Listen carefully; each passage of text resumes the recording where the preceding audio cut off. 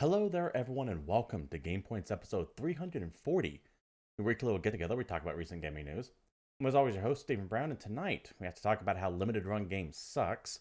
There is a seemingly unannounced Sony shooter science fiction IP making the rounds on the internet, possibly some leaked footage of that.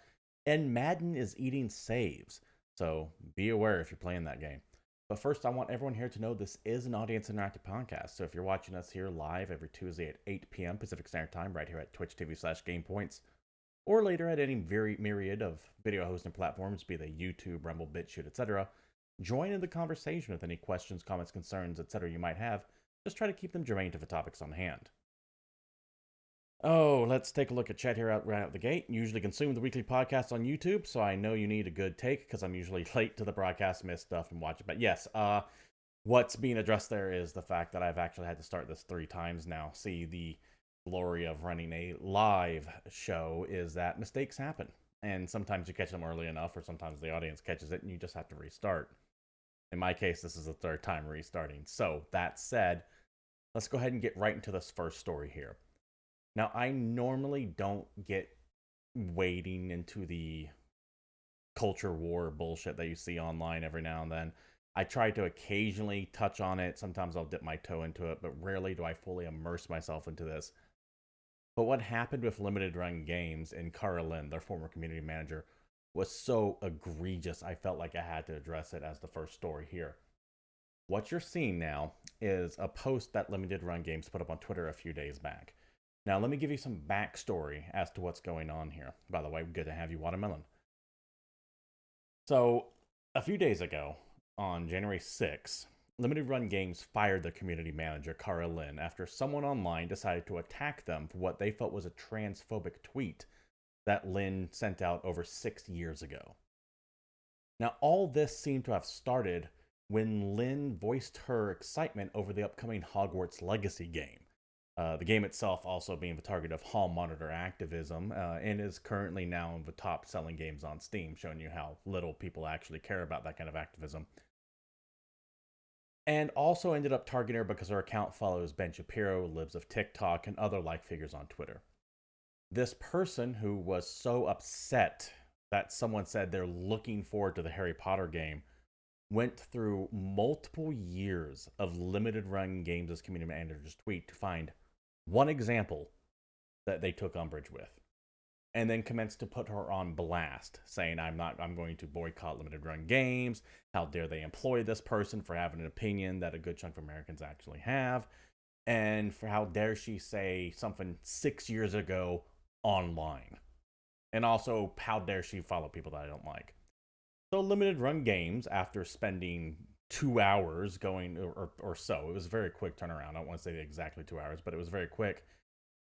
Decided to let her go. They decided to terminate her and put this post up. This post here, which you can see Limited Run Games immediately blocked from replies because it kind of pissed off a lot of people. The following is what they said.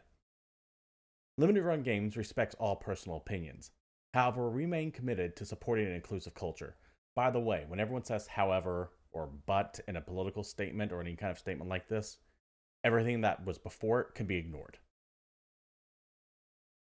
Upon our investigation situation, employee was terminated. Our goal as the company is to continue to foster a positive, safe environment for everyone. Notice they don't bother to say what they're saying. Yeah, the opposite of that watermelon. The opposite of that watermelon would be, I'm not racist, but it's like, okay, sure you are. Limited Run Games ended up firing this community manager because someone was able to rouse up about 1,000 people or so online to go after a woman because she said she was looking forward to Hogwarts Legacy coming out. A game, by the way, I only have a mild interest in, but as more and more people are upset at, I'm leaning more and more just to buy it just to spite these people because I am tired of this kind of nonsense.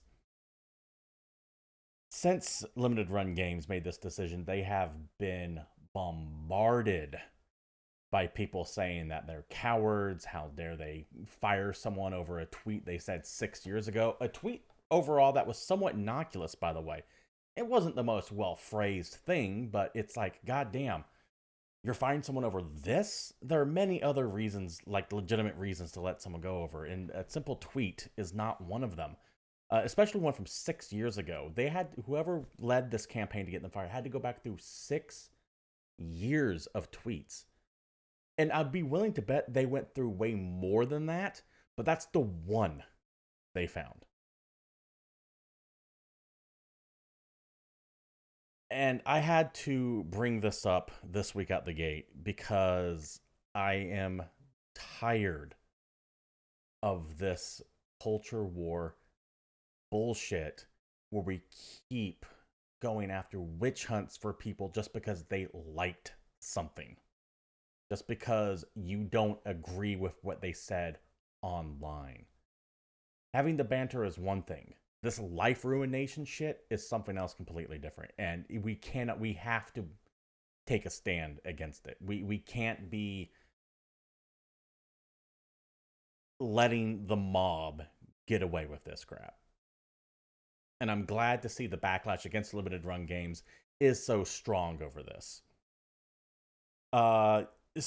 There is a both sides kind of, but come on, man. We know what side primarily does this.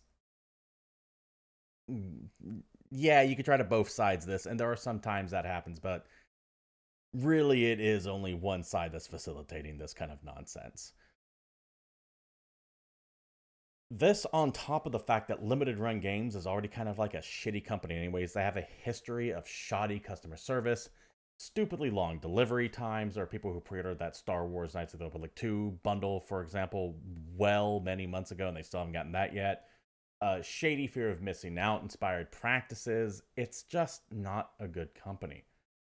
So I am encouraging everyone who has done any kind of business with limited run games or has anything on hold for them, cancel it. Get your physical goods somewhere else. I'm big into video game preservation. I understand the want for physical goods.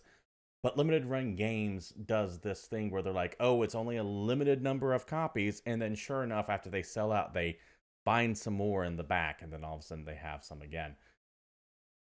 There is a history of shady business practices through limited run games. So take your money elsewhere. They clearly don't want it from you. And if they do try to take it from you, know that while they're taking the money from you, they also like sneering at you and looking down at you. So just do business elsewhere. To hell with this company. We don't need them. There are many other places that you can get physical copies of games from. Screw limited run games. Let me know what you guys think down below, by the way. Are you like me? I don't even care about Harry Potter, and I certainly don't necessarily believe what Carolyn said on there. I think she might have been a little crass, but not termination worthy. But after a while, we just have to start calling out businesses that are doing crap. And just say enough. The only thing they listen to is the dollar. So let's speak with the dollar. It clearly gets results. So we need to be doing this more. We need to be pushing back against this insanity more. Let's take a look at chat here. Get woke, go broke. I actually think it's the opposite thing. I think it's more go broke, get woke, where going woke, for lack of a better term, is a desperate reaction to try to regain relevance again and try to gain eyeballs on something because they know it's divisive. Thank God you're not a public figure. You've seen people disrupt assembly lines for a really crazy screaming match where they get in each other's face and they get fired. Yeah, there's far more egregious actions that people do at companies that they don't get fired for. What did she say? I don't have the tweet here anywhere because it was scrubbed from the internet. Both sides on this kind of locked the internets down, by the way. Cara Lynn locked her account. The person who made the complaint to begin with completely new to their Twitter. Good riddance to them for all I care. It's just one less hall monitor on the internet we need to worry about. As far as what she said, it was about trans people in bathrooms. I don't think there was any profanity in it. I remember seeing the archive of it. And it seemed a reasonable take that I disagree with. but not something, once again, that we should be getting people fired over. Rocco, let's see. You say that your take is people say stupid shit during different stages of their life. You're different than 6 years ago. Like, if the statute of limitations won't be used in court, why would the court of public opinion be able to use it? Because, well, okay, so the court of public opinion is different than a physical court. For example, O.J. Simpson was found not guilty of murdering his wife, but I personally feel that son of a bitch killed his wife. So I don't necessarily like comparing the court of public opinion, to use that phrase here, to a legal proceeding, because, well, they are two different things. They are two completely different animals. That said, we've all said stupid things 6, 10, 20 years ago. Hell, we're different people today than we were yesterday. It's almost like we're not static human beings, and our lives change us and our opinions over time. We don't need to be firing people over this. And we need to do more than just shrug our shoulders and go, well, I wouldn't do it, but... No, we need to actively be fighting this. I am well past the point of believing that this hall monitor activism, that these people are acting in any kind of good faith or any kind of legitimate outrage. What they're acting on is the power of getting someone fired. They like it. They love knowing that they can lord their little grievances over someone and destroy their life with, and then cower everyone else into silence. We need to push back against that en masse. And it looks like it's starting to happen, thank God. These marshmallows would melt in a Halo Combat Evolved lobby circa 2002. Alright, so...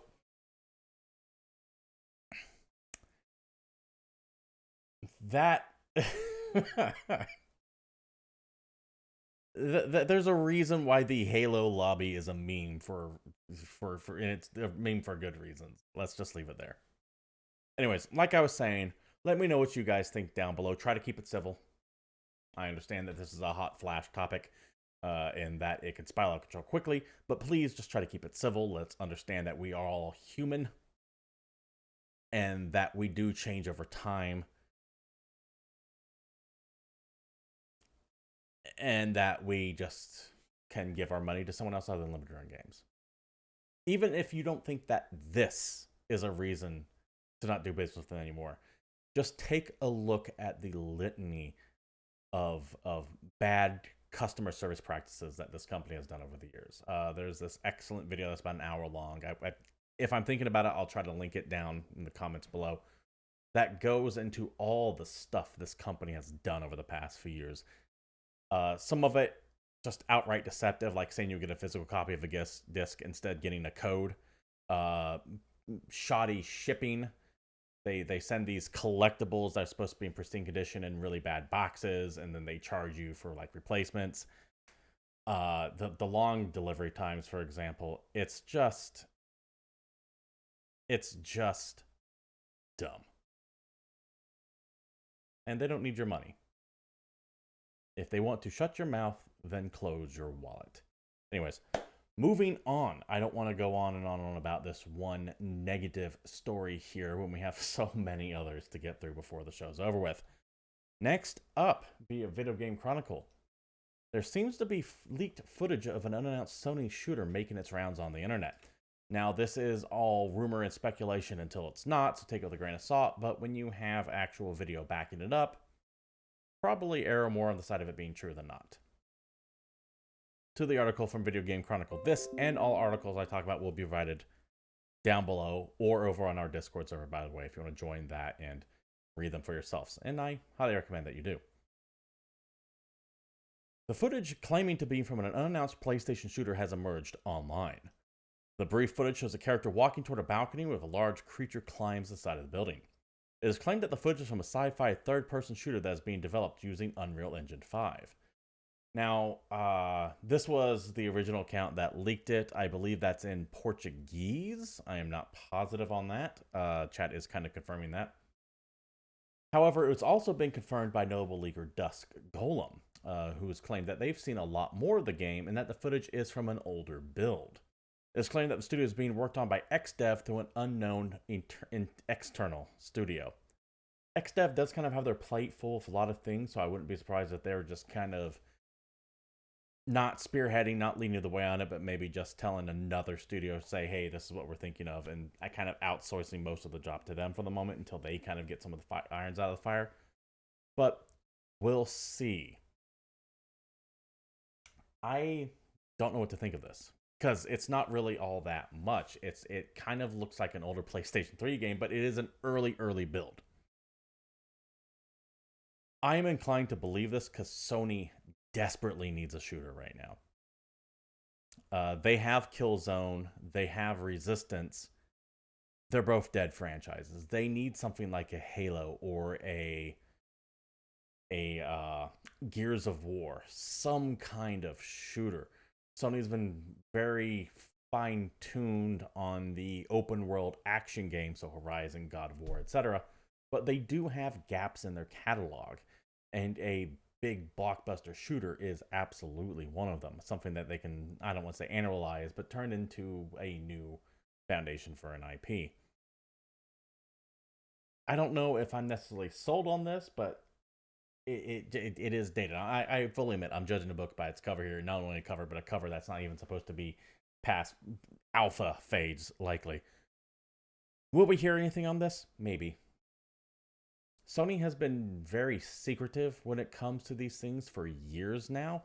They used to be a little bit more interactive with their audience back when Shuhei Yoshida and Sean Layden were coming out, talking to the audience, taking questions. We all remember that awesome E3 video when they showed us how to share games on the PlayStation 4, kind of just a direct refutation of what Microsoft was doing at the time.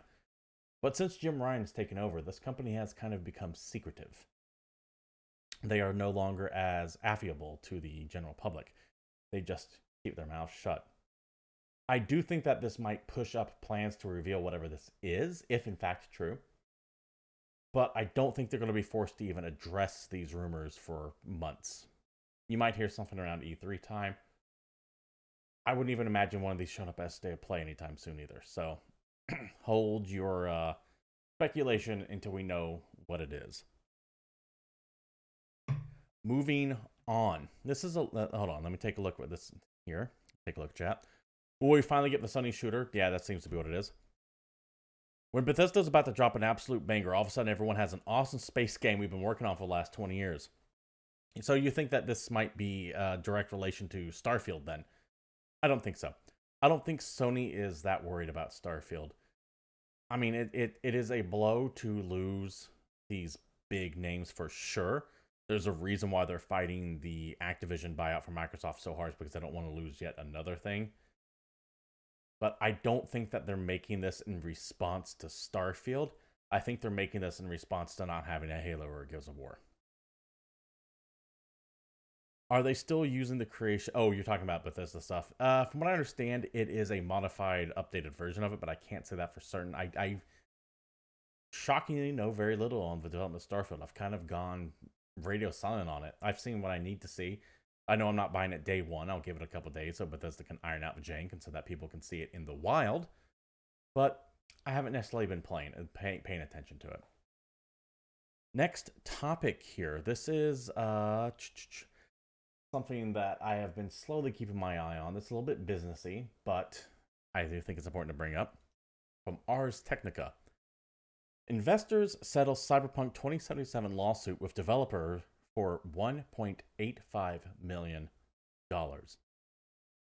Now, just shy of $2 million sounds like a lot of money, but who knows how many investors were actually part of this lawsuit. This could very likely be a very tiny sum coming to people who might have invested into this. Anyways, moving on to the article itself. A federal judge in California's Central District signed off on a $1.85 million settlement between CD Projekt Red and a class action suit led by plaintiff Andrew Trampy and headed by two law firms. Keep in mind, by the way a class action lawsuit works is that one person files it and then gets a whole bunch of other people to join in on it. And all the Johnny-come-latelys get like pennies on the dollar for the lawsuit. So the lawyers get the lion's share.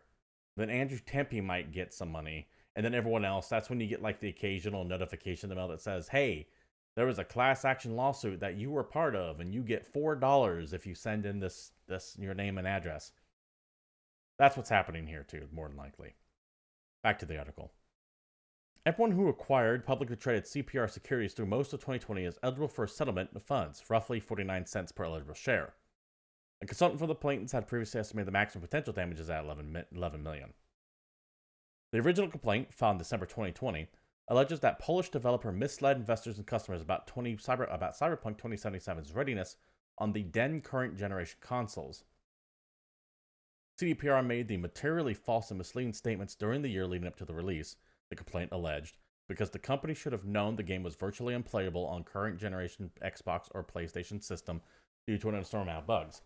Keeping in mind that it was so bad on PlayStation 4, Sony pulled the game from their stores. That was a rather unprecedented move. Excuse me. Medication I'm on has me coughing nonstop. The bugs were not widely known because CDPR only provided PC copies of the game to reviewers before its release. CDPR later apologized for not showing the game based on last-gen consoles before its premiere, thus preventing buyers from making a more informed decision about your purchase. The Central District California judge set deadlines for determining fees, notifying class members, and final approval settlement on June 1st, 2023. I feel like this should have been way higher. I don't own any CDPR stock or anything like that. But CD Projekt Red and companies in general need to be punished for outright lying about their product. And in my opinion, they did. My opinion. Now, Cyberpunk is in a much better state right now than it was before. But when it first launched, it was clear to me that CD Projekt Red was trying to hide how horrendous early current gen builds of the game were. They waited until the date of release for the I believe the close of a date of release. You know what, I'm actually going to back off on that because I'm not positive anymore. But many reviewers sites were very suspicious that they were not handed code on PlayStation 4 consoles as well as Xbox One, I think at the time. Was it the one that was out? Forgive me, I'm not an Xbox kid.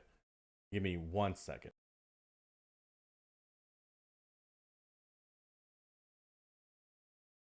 I feel it was clear that they were trying to obfuscate just how bad things were.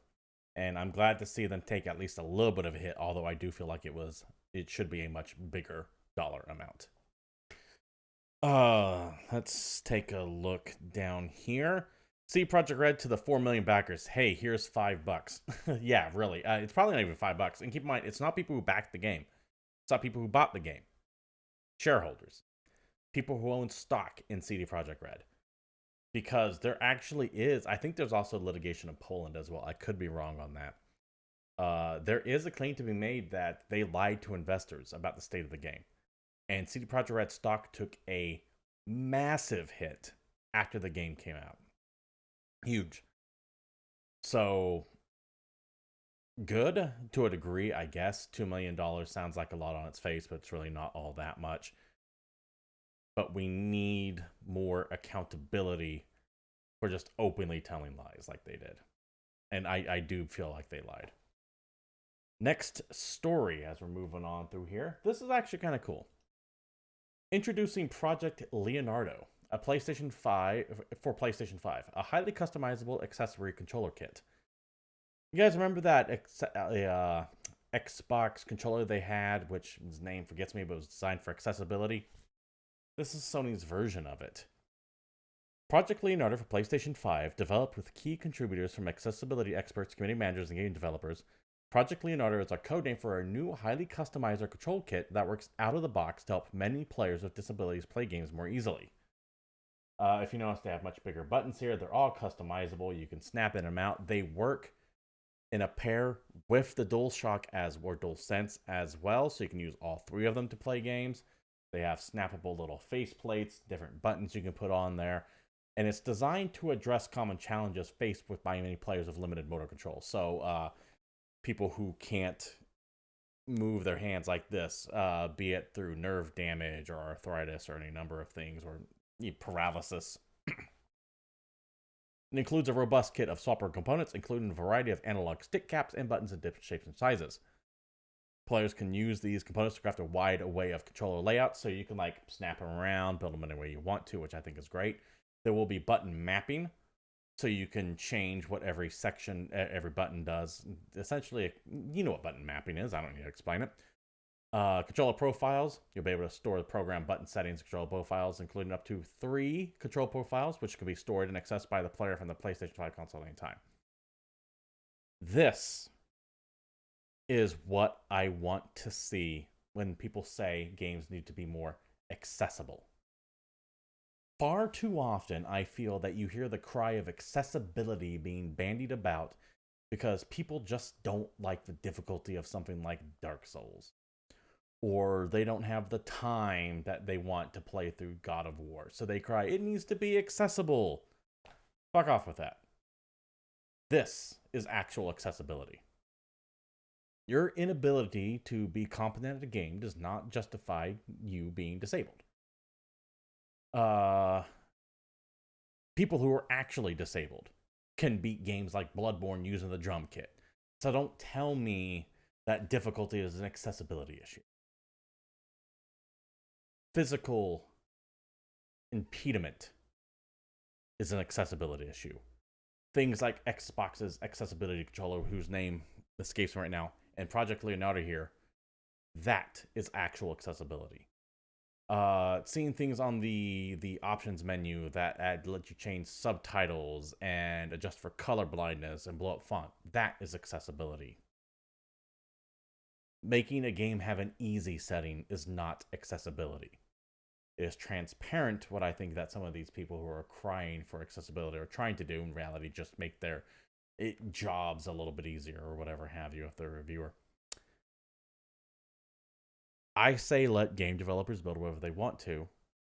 Let the hardware take care of the rest. And this, I think, is awesome. I absolutely love this. Props on Sony for doing this. Rocco Gaming V in chat says the following. My buddy that I have been gaming with for over 10 years had a stroke 2 years ago at the age of 29. I might buy this for him, and we only game on mobile these days. There's all kinds of stuff like this out there. I don't want to say all kinds of stuff. Let me rephrase that. There is more and more of things like this coming that I think is awesome. Bigger buttons. Now, swap them out, let you put in your own control settings. Now, these things do tend to run a pretty petty because you're talking about bespoke items. This is not going to be something that's sold in stores. You're probably going to have to buy it directly from Sony on their store. And it's probably going to run you a couple $100. Now, we could talk about how that sucks on a separate topic. But the fact that it exists to begin with is already an improvement from what was previously.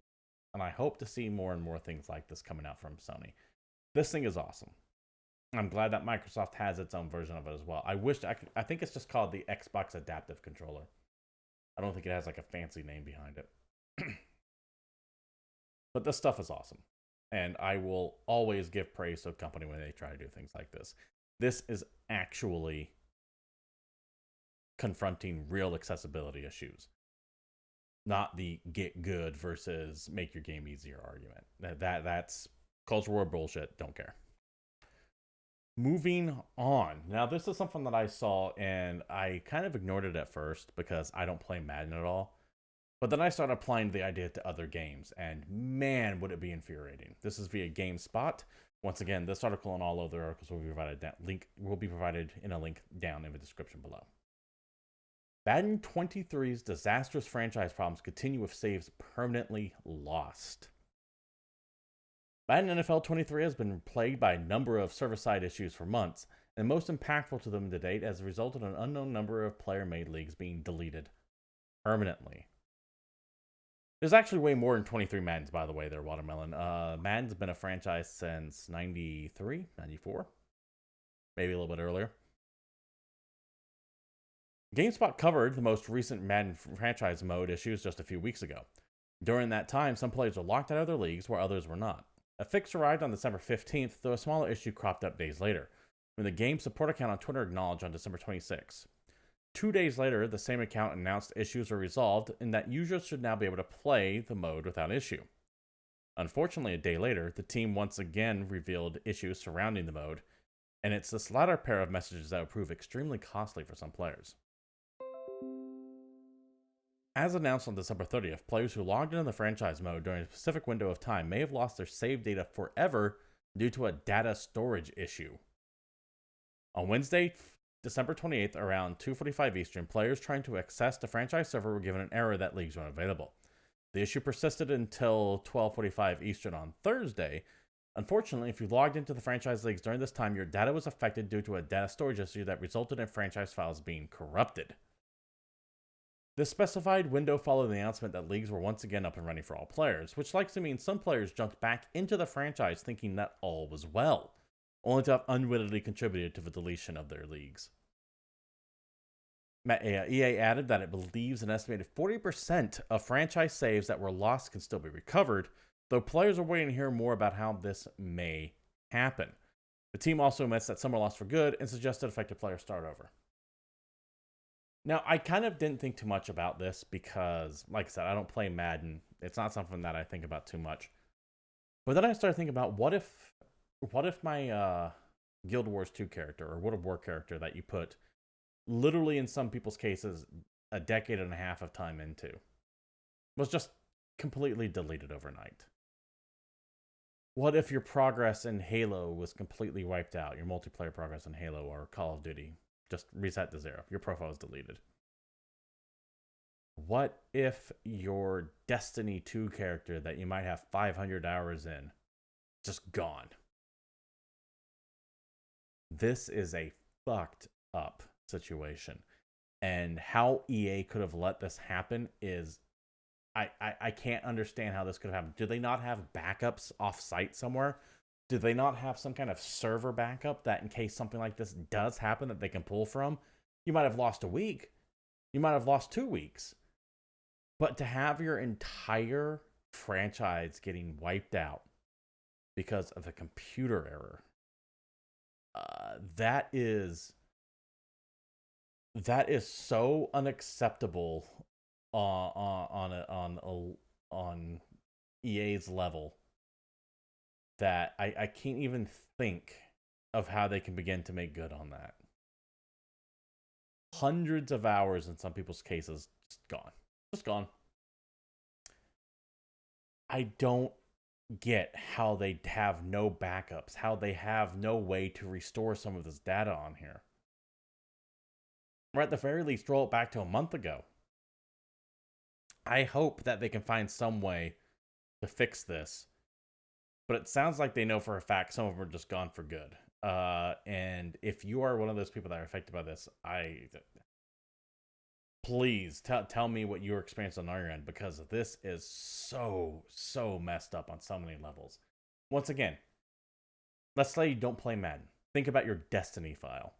Think about your Call of Duty save. Think about your World of Warcraft character. Think about your Gran Turismo file that you had to grind away, all that stuff. That's something else that's good too.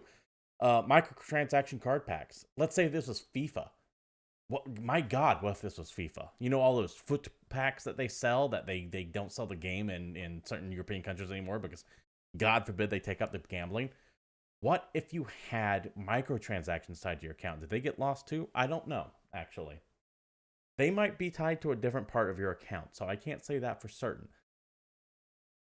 I think that if you lost microtransaction purchases, the news stories would have picked up on that and ran with it, because that would be an extra level of incompetence here.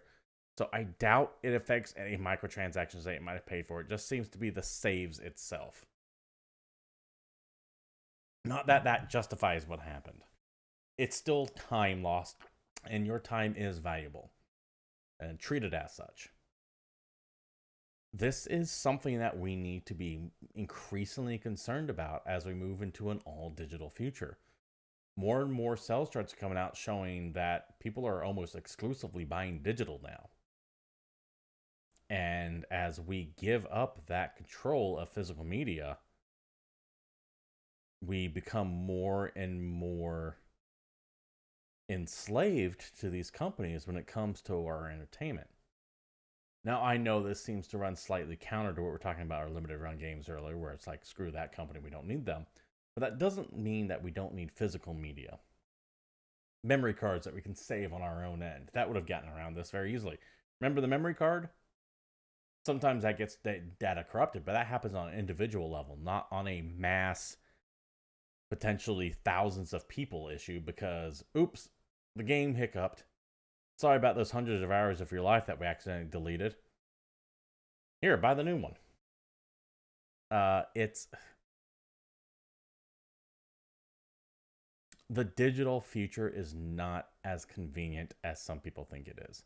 It is very convenient, but just keep in mind, as we start embracing cloud tech more and more, as our lives become ever more focused online, as everything turns from a self-contained story into a games as service, which is something that Sony's chasing very aggressively, which is why I think that IP we talked about earlier might also be a game as service game as well. You're going to see stuff like this happen more and more and more. It's just a matter of volume. Let's say 1% of all games as a service out there have a weird issue that wipes out someone's save file. 1% is a pretty low failure rate. But when you have thousands of games as services, that does start to increase more and more and more just by sheer volume alone. So we really need to realize what we're getting into with that stuff. Yeah, you make a good point there, Watermelon. Your Steam library. You die, you can at least give your physical games to your son or your grandkids. They don't get your Steam library. You can't will your Steam library to someone else. I guess you can give them your password or something like that and go that way, but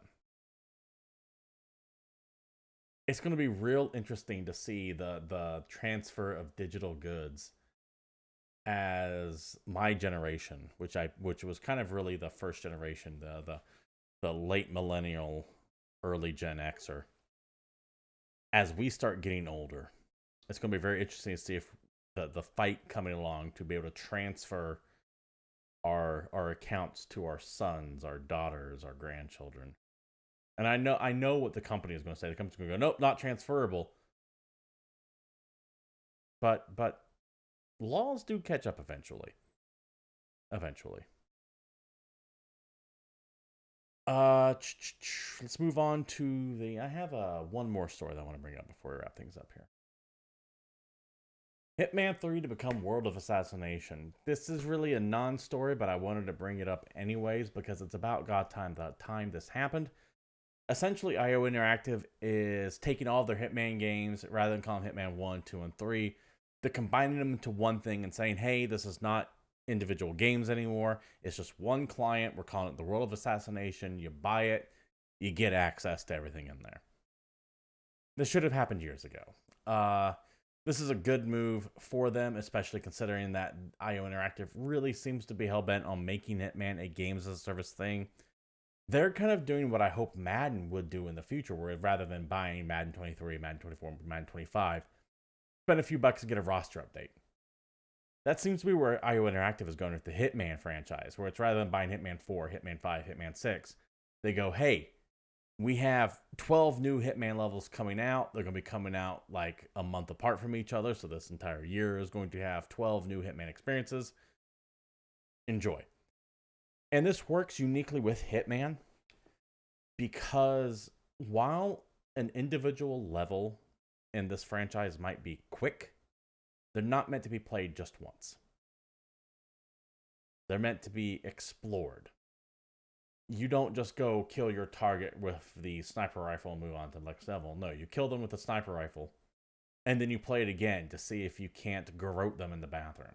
And then you play it again to see if you can't shoot them into their own open grave. And then you play it again to see if you can't get their brother to kill them instead because you've pissed them off because you put a love letter to their aunt next to them or something like that. You see the point that I'm trying to make. These levels are very intricately crafted, and you owe it yourself to play the level over and over and over again to explore every nook and cranny in there to find all the myriad of ways that you can assassinate someone. So when it comes to most games, I don't like the episodic release. But when it comes to Hitman, it actually makes sense. It makes perfect sense to me to have it episodic, because that way you get your level. You have to wait a month before you play the next level. So you can take that time to just savor everything that's in these levels. And IR Interactive is really, really good at level design. So if you like Hitman, I do think this is a positive bit of news, that they're finally just rebranding all of it. And that's really what this is, just a rebranding to try to make things less confusing. And hopefully it works off for them. As we know, they're kind of an independent studio now, and they were able to somehow retain the rights to Hitman. I'm kind of shocked by that when they separated from IDOS. I think it was IDOS. So go on them. I'm looking forward to more of what Interactive has in the future, including that James Bond game that they're working on. Be very curious to see what they do with that. And that does it for the news. Let's go ahead and move on to new releases here. We got a couple things coming out this week. Some of them look pretty good, if you ask me. Up first, Gatewalkers on the PC. Gatewalkers is a cooperative action RPG game with survival elements, where players travel across different worlds in order to save their own. Explore procedurally generated worlds, face hostile inhabitants and challenges like extreme weather conditions, toxic atmosphere, lack of water, and more. I like an action RPG, a Diablo-ish game. Unfortunately, so many of them are crap. Was it Wolcen, Lost Ark? Not that good. I've seen very few of them to meet Diablo levels. Hell, I've seen very few of them to meet Grim Dawn levels. Or, what's that one that people love? Path of Exile. It seems like it shouldn't be as hard to make a good action RPG than it actually is. They seem to a lot of developers seem to struggle with making something that's actively captivating. Adding in survival elements, that's actually kind of a negative to me, because it's another genre I'm tired of. But more power to you if you're into those two things. So go take a look at it. It should be out this week. Lone Ruin on the PC and Switch. Venture into an old magical ruin to seek an ancient power in this highly replayable roguelike twin-stick shooter. Optimize spells and build the ultimate combos to defeat twisted monstrosities and delve deeper into the Lone Ruin. Cool. I like twin-stick shooters. I like roguelikes. The daddy of them all when it comes to those two genres combined is Binding of Isaac. This does not look like that, by the way, to be clear. But I get those vibes from it when it comes to a lone... When they say twin-stick roguelike shooter, I immediately think Binding of Isaac. Vengeful Guardian Moonrider comes out on PC, PlayStation 4, PlayStation 5, Nintendo Switch. Vengeful Guardian Moonrider is a side-scrolling action platformer that channels the golden age of classic 16-bit action games in a full-throttle quest for revenge. Created to defend it from a totalitarian state, the Moonrider rejects its programming and now seeks vengeance on its creators. This looks awesome. This looks like Super Contra. It is from the same publisher, the Arcade Crew, that gave us Blazing Chrome, another excellent old-school arcade game if you're looking for that. I will probably be streaming this. We'll see. I'm kind of 50-50 on whether I'm going to do so or not, but it does look awesome. Also out this week, Aquatico on the PC. Aquatico is a survival city builder set within the depths of the sea. Strategically build an underwater city atop the ocean floor and face challenges that accompany an oceanic life. It's a city builder that's underwater. You know what a city builder is? You know what being underwater is like. There you go. One Piece Odyssey on the PC, PlayStation 4, PlayStation 5, and Xbox Series X. A brand new RPG set in the world of the popular anime, One Piece. Play as members of the Straw Hat Crew in a fantastic adventure set on the One Piece world. I know nothing about One Piece other than the main kid has a straw hat. That's like my extent of my knowledge to that. But I know it's popular. Hopefully, if you're into it, it's a good game. And that does it for new releases, which means that also does it for the show as well. This has been GamePoints episode 340 rather. And thank you all for showing up. I do stream this live every Tuesday at twitch.tv/GamePoints. And if you want to be part of the program, feel free to show up and join the conversation like so many of you do. Can't watch me live, however, I do understand. You can also catch old episodes of the show at any video hosting platform out there, Rumble, BitChute, YouTube, etc. You can join our Discord, link provided down there with all the stories as well if you want to be part of the greater GamePoints community. And you can follow me on Twitter at CapitalistBig21. And of course, if you like what you saw here, likes, bits, shares, follows, bits, you know what people online want. Anyways, thank you all for showing up. Until next week, I'm out of here.